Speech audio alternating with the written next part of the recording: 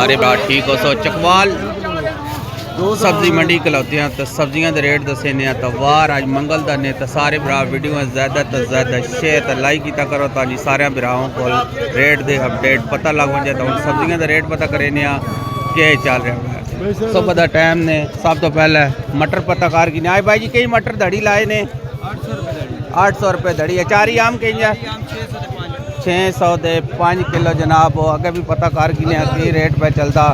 निम्बुआ का भी निम्बू भाई जी आज कहीं लाए ने 350 तो अचारी आम चकवाल सब्जी मंडी जाके जी अचारी आम कहीं धड़ी है 600 रुपये धड़ी ने जनाब। चादोरा भी कलतियाँ पे ने जी टमाटर दियाँ सारे टमाटर आए हुए हैं। टमाटर का भी रेट पता करें के पे चलता पल्ले का रेट हो भिंडी की जो भी रेट पता कर दी। भिंडी के जी 300 रुपये की 5 किलो भिंडी। तो करेला केंज हो गया करेला 400। शिमला मिर्च हो शिमला 300 की 7 किलो जी। कद्दू कितने का हो गया कद्दू 5 किलो सस्ता होगा सस्ती हो गई। खीरा 400 रुपये का 6-7 किलो खीरा ने। गड्डियाँ आई पे टमाटर दियाँ सारिया गड्डियाँ लगियाँ पे ने जनाब। तो पुछने आज रेट पली का की चलता पाया टमाटर का।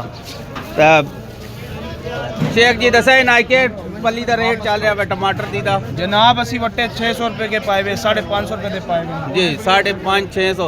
वजन कितना को सी 15 किलो 655 सारा जनाब लगा ने टमाटर शेख रमी भी कहते पे ने।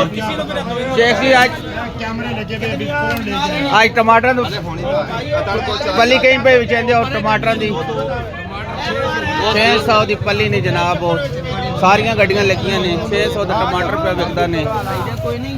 पच्छे का भी रेट पता करके नहीं सारे पच्छे लगे ने भाई। आज पच्छा किन्ने का टमाटर का पच्छा भाईजान 800 रुपये का भी है 750 का भी है।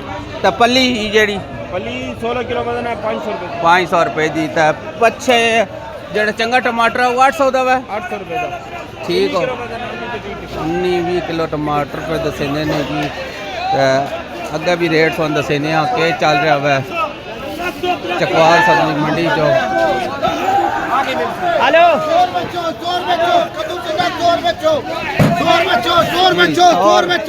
रुपये का कद्दू पे टिंडा कद्दू 100 रुपये का टिंडा कद्दू 100 रुपये का। तो भिंडी 300 की।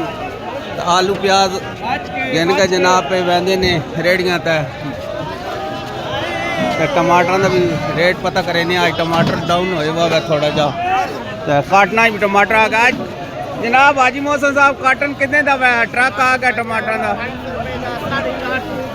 450 रुपये का। वजन कितना कोसो 15 किलो है जनाब। पहले दिन आज काटना मंडी जाकर टमाटर।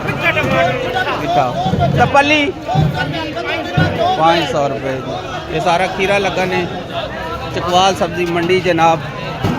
वहाँ तक कहने के रेट पे चलता। अदरक थोम का पता कर गए भाई आज अदरक थोम कई किलो विक रहा है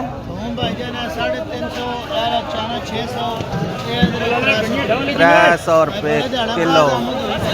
जनाब रेट अदरक थोम का अगे भी पूछने आई ना भाई रहा की रेट लाए हुआ आज अदरक थोम कहीं लाया ने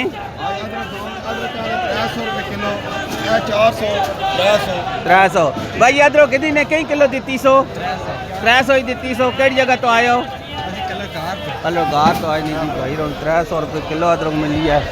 तो सब्जी का रेट अगर पता करें के पे चलता फरूक साहब रांदे को पूछने भिंडी का के रेट है। भिंडी आई फरूक साहब कहीं जाए 300 रुपये। तो सावी मरो चो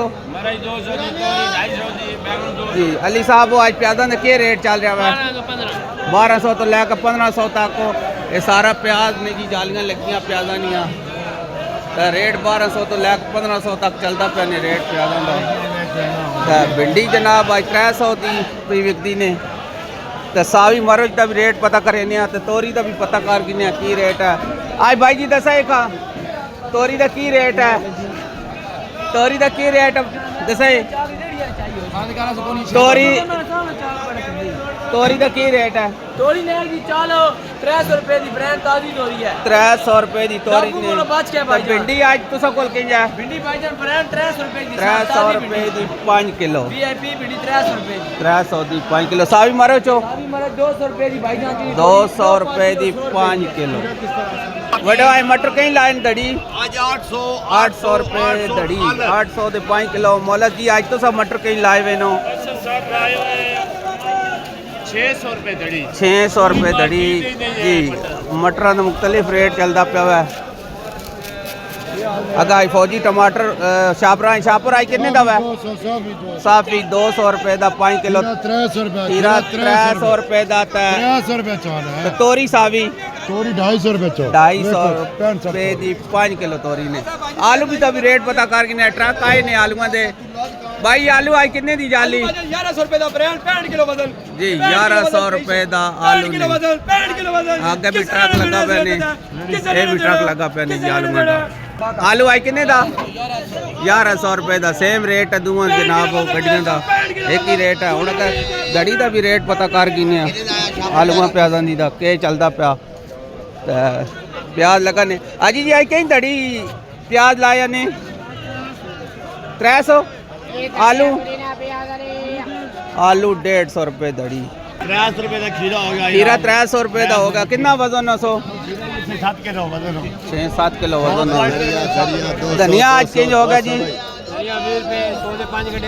जी 100 दे 5 गड्ढे धनिया दे पुदीना धनिया आजी जी धनिया 4 गड्ढे 100 जी 4 गड्ढे 100 दे पुदीना 20 रुपए दी 8 किलो कद्दू 100 रुपए 8 किलो कद्दू 100 रुपए दा 8 किलो नहीं बनता 5 किलो ही हो सी मैं तो वजन की चलो 6 किलो 6 किलो हो गया जी जाली जनाब जी, 500 रुपए दी 20 किलो जी जी चकवाल सब्जी मंडी च टिंडे का भी रेट पता कर किने आ टिंडा कहीं लाया ने 100 रुपए का 5-6 किलो टिंडा ने ते टिंडा रेट डाउन है सब्जियां सारियां सस्तियां हो गई ने सस्तियां हो गई तैयार इमरान है चकवाल सब्जी मंडी तो इजाज़त दो जी अल्लाह।